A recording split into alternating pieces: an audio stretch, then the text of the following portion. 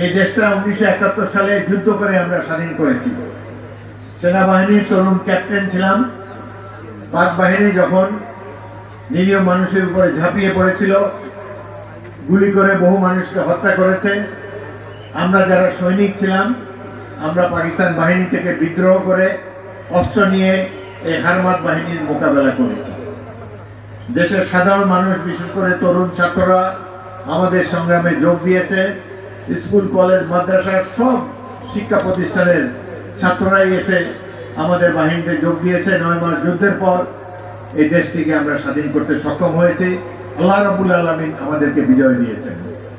কিন্তু দুঃখের সাথে লক্ষ্য করেছি, স্বাধীনতার অব্যবহিত পর থেকেই এই দেশে অনিসলামিক কর্মকাণ্ড চলেছে, দুর্নীতি বৃদ্ধি পেয়েছে, গণতন্ত্রকে কবর দেওয়া হয়েছে, সব রাজনৈতিক দলকে নিষিদ্ধ করে একটি দলীয় রাজনৈতিক চালু করা হয়েছে এবং মানুষের কষ্টের কোনো সীমা ছিল না।